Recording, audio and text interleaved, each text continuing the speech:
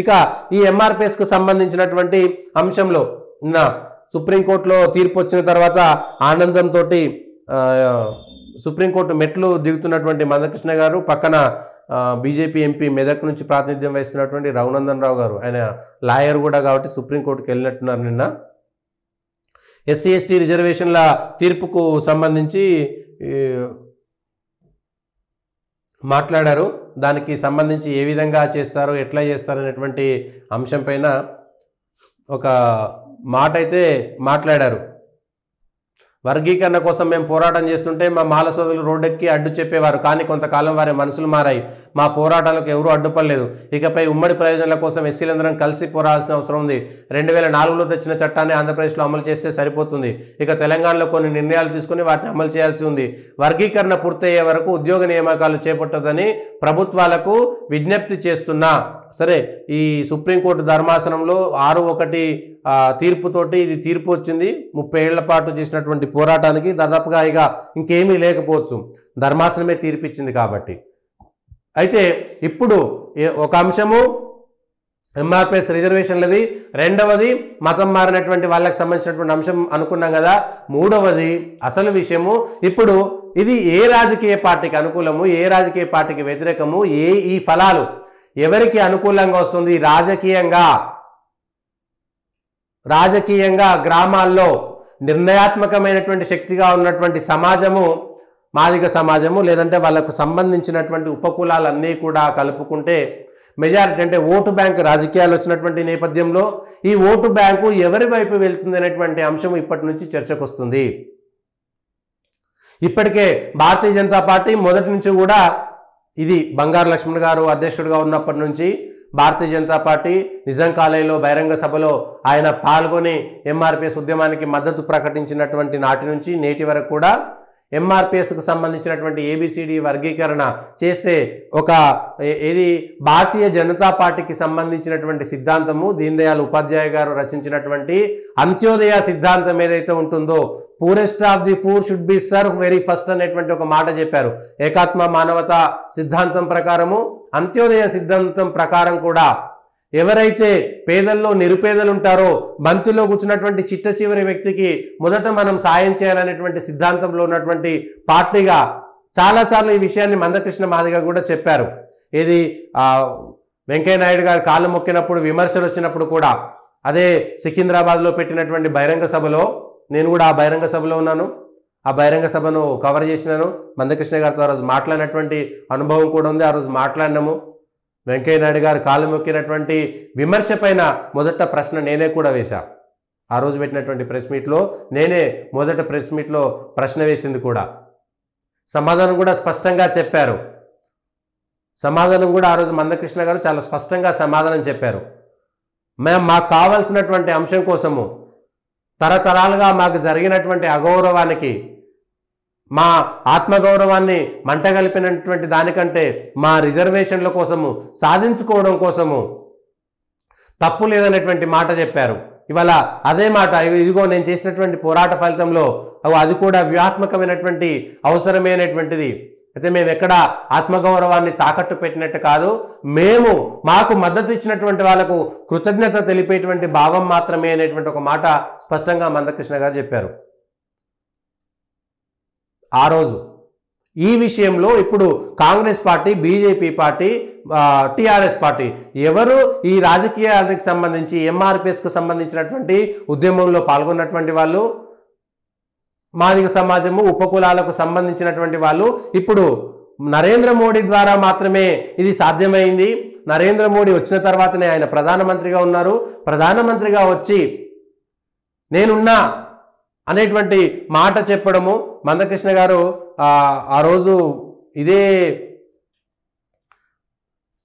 నరేంద్ర మోడీ గారిని పట్టుకొని ఏడ్చినటువంటి సందర్భాన్ని, కన్నీళ్లు పెట్టుకున్నటువంటి సందర్భాన్ని, మా ఉద్యమం ఒక ప్రధానమంత్రిని మా సభకు పిలిపించేంతగా ప్రభావం చూపిందంటే అంతకంటే కావాల్సింది ఏముంటుంది? ఈ దేశంలో అత్యంత ముఖ్యమైనటువంటి వ్యక్తి ప్రధానమంత్రి. ఆ ప్రధానమంత్రిని మా సభకు తెచ్చుకున్న తర్వాత, ఆ ప్రధానమంత్రి మాకు మద్దతు తెలిపిన తర్వాత భావోద్వేగం రాకుండా ఎలా ఉంటుందనేటువంటి ఒక మాట చెప్పారు. కాబట్టి ఇప్పుడు ప్రధానమంత్రి నరేంద్ర మోడీ బహుజన లేదంటే ఇవాళ ఎస్సీ ఎస్టీలకు అనుకూలంగా ఉన్నటువంటి వ్యక్తిగా ముద్రపడ్డారు. అది ఒక విషయము. తెలంగాణలో తెలియకుండానే ఆ చర్చ మాత్రం సాగుతున్నది. ప్రధానమంత్రి నరేంద్ర మోడీ వచ్చిన తర్వాత కీలకమైనటువంటి సాంకేతికమైనటువంటి అంశాలను కూడా చాలా స్పష్టంగా కేంద్ర ప్రభుత్వంలో ఉన్నటువంటి అధికారుల ద్వారా సుప్రీంకోర్టుకు అఫిడవిట్ ఇచ్చేటువంటి విషయంలో దీనివల్ల ఎలాంటి నష్టం జరగదనేటువంటి ఏబిసిడి వర్గీకరణ చేయాలనేటువంటి అంశంపైన కేంద్ర ప్రభుత్వం ఇచ్చినటువంటి అఫిడవిట్ ద్వారానే ఇది వచ్చింది అనేటువంటిది ఇప్పుడు ప్రజల్లోకి వెళ్తే ఇప్పుడు భారతీయ జనతా పార్టీకి గత 30-40 సంవత్సరాలుగా దళితులకు బీజేపీకి సంబంధం లేదనేటువంటి ఒక చర్చ నేపథ్యంలో అనేక సార్లు బీజేపీకి ఎస్సీ సామాజిక వర్గాలను దూరం చేసినటువంటి క్రమంలో ఈ తీర్పు ద్వారా ఖచ్చితంగా కొంతమేర భారతీయ జనతా పార్టీకి ఆ సామాజిక వర్గాలు ఖచ్చితంగా దగ్గరవుతాయి. అయితే ఇవాళ బీజేపీ మౌనం పాటించింది. మేము ఇది రాజకీయంగా మేము చూడదలుచుకోలేదు, అది వాళ్ళ హక్కు, అది వాళ్ళ పోరాటము, వాళ్ళకు మేము మద్దతు తెలిపినాము, అంత మాత్రాన మేము దాన్ని రాజకీయంగా చూడాల్సినటువంటి అవసరం లేదు, ఇది సామాజిక అంశంగా మాత్రమే మేము చూస్తాం కానీ రాజకీయమైనటువంటి అంశంగా చూడము అనేటువంటి అంశాన్ని స్పష్టంగా చెప్తున్నారు. దీన్ని ఏ విధంగా చూడాలి? భారతీయ జనతా పార్టీ అధికారికంగా ఈ సంబరాల్లో కానీ వ్యతిరేక విషయాల్లో కానీ మేము పాల్గొన్నటువంటి అవసరం లేదు. మేము మాట ఇచ్చాము, మాటకు కట్టుబడి ఉన్నాము. ప్రధానమంత్రి నరేంద్ర మోడీయే ఏకంగా ఎంఆర్పిఎస్కి మద్దతు తెలిపిన తర్వాత కొత్తగా మళ్ళీ రాజకీయ శీల పరీక్ష చేసుకోవాల్సినటువంటి అవసరం లేదు. ఒకవేళ ఈ ఫలాలు అనుభవించేటువంటి వాళ్ళు రాజకీయంగా మాకు మద్దతు ఇస్తే ఎన్నికల సందర్భంలో దాన్ని గుర్తు చేస్తాం కానీ ప్రతిసారి దీన్ని రాజకీయ అంశంగా చేయాల్సినటువంటి అవసరం లేదని నిన్నటి నుంచి భారతీయ జనతా పార్టీకి సంబంధించినటువంటి నాయకులు కీలకమైనటువంటి వ్యూహాత్మకమైనటువంటి మౌనాన్ని పాటిస్తున్నారు. ఇప్పుడు ఎంఆర్పిఎస్కు సంబంధించినటువంటి అధ్యక్షుడిగా, పోరాట నాయకుడిగా, తర్వాత చీలిపోయినా కూడా మందకృష్ణ గారికి పేరుంటుంది సహజంగా, మెజారిటీ. ఆ తర్వాత అనేక కారణాల చేత చీలిపోయినా కూడా వాళ్ళకంత పేరు ఉండకపోవచ్చు.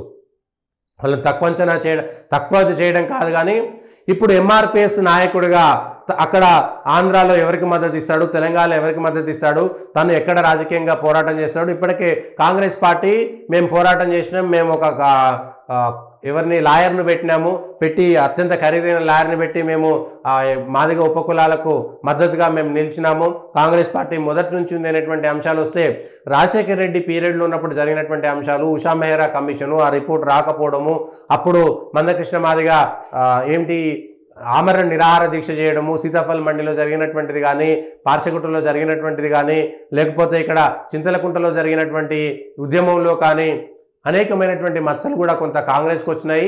దానికి సంబంధించినటువంటి అంశంలో కూడా 10 ఏళ్ల పాటు యూపీఏ అధికారంలో ఉన్నప్పుడు ఈ పని చేయలేదనేటువంటి ఒక మచ్చ కూడా ఉంటుంది. ఆ మేరకు కాంగ్రెస్ పార్టీ కొంత ఇబ్బంది పడాల్సి వస్తుంది. అది తప్పించుకునేటువంటి దాంట్లో కానీ, లేకపోతే అవసరం కోసం కానీ తెలంగాణలో నిన్న రేవంత్ రెడ్డి గారు ఒక స్పష్టమైనటువంటి ప్రకటన చేశారు. మేము కొత్తగా వచ్చేటువంటి ప్రతి ఉద్యోగంలో కూడా ఈ సుప్రీంకోర్టు తీర్పుకు అనుకూలంగా ఒక ఆర్డినెన్స్ను కూడా జారీ చేస్తామనేటువంటి ఒక మాట చెప్పారు. ఇక మందకృష్ణ మాదిగకు, బీఆర్ఎస్కు ఉద్యమంలో కానీ తర్వాత కానీ చాలా దూరం వచ్చింది. ఎంఆర్పిఎస్ను చీల్చడానికి కేసీఆర్ అనేకమైనటువంటి కుట్రలు చేశారనేటువంటి దాంట్లో కేసీఆర్కి ఎంఆర్పిఎస్కు చాలా దూరం పెరిగిపోయింది. రాజకీయంగా కార్యకర్తలు ఉంటే ఉండవచ్చు కానీ ఎంఆర్పిఎస్కు సంబంధించి చాలా దూరం ఏర్పడింది. కాబట్టి దాని దగ్గర మేము స్వాగతిస్తున్నామనేటువంటి మాట చెప్పినా కూడా ఆ పార్టీ కొంత ఇబ్బంది పడుతున్నటువంటి సందర్భాన్ని మనం గుర్తు చేసుకోవాలి.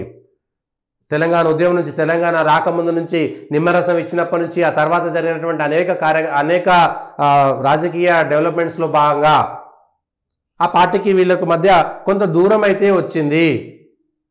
సో దీనికి సంబంధించినటువంటి అంశాన్ని ఏ విధంగా చూస్తారని చూడాలి. 3 అంశాలు. ఒకటి, రేపొద్దున మందకృష్ణ మాదిగ ఆయనను హ్యాట్సాప్ చెప్పాల్సింది. 2, ఈ అంశాలు ఎవరైతే మతం బారినటువంటి అంశాలు. 3, రాజకీయంగా ఎవరు లబ్ధి చేకూరుస్తుంది, రేపు మందకృష్ణ మాదిగ రాజకీయ భవిష్యత్తు ఎట్లా ఉండబోతుంది, రాజకీయంగా ఎటు అడుగులు వేస్తారు? ఎందుకంటే ఈ పోరాటం అయిపోయింది. ఇప్పుడు ఇచ్చినటువంటి బీజేపీ వైపు వెళ్తారా, కాంగ్రెస్ వైపు వెళ్తారా, బీఆర్ఎస్ వైపు వెళ్తారా, లేదా స్వతహా ఆయనే ఒక పార్టీ పెట్టుకొని ఆ పార్టీని ఏదో ఒక పార్టీకి మద్దతుగా నిలబెడతారా అనేటువంటి అంశాలు ఇప్పుడు ఒక డాలర్ ప్రశ్న. ఎందుకంటే మందకృష్ణ మాదిగ గారే ఈ విషయం పైన స్పష్టత ఇవ్వాల్సి ఉంటుంది. లేదు నేను ఏ పార్టీతోటి ఉండను, లేదంటే ఒక నామినేటెడ్ రాజ్యసభ తీసుకునేటువంటి అవకాశం ఉంటుందా ఢిల్లీలో, రాష్ట్రపతి ద్వారా ఒక నామినేటెడ్ రాజ్యసభను తీసుకునేటువంటి అవకాశం ఉంటుందా, ఇవి కూడా పరిశీలనలోకి మనం తీసుకోవాల్సిందే. అట్లా తీసుకుంటే ఆ తర్వాత ఎంఆర్పిఎస్ని ఎవరి వైపుకి తీసుకెళ్తారు, ఏ పార్టీకి మద్దతుగా ఉంటుంది అనేటువంటి అంశాన్ని కూడా చూడాలి. ఈ నరేంద్ర మోడీ గారు వచ్చిన తర్వాత జరిగినటువంటి పోరాటాలకు సంబంధించినటువంటి అంశంలో ఈ ధర్మమే గెలిచింది, ఇది నా ఒక్కరిది కాదు, ఈ గెలుపు ఒకరి గెలుపు కాదు, ఒకరి ఓటమి కాదు, ఇది అందరి మద్దతు వల్ల వచ్చింది అనేటువంటిది.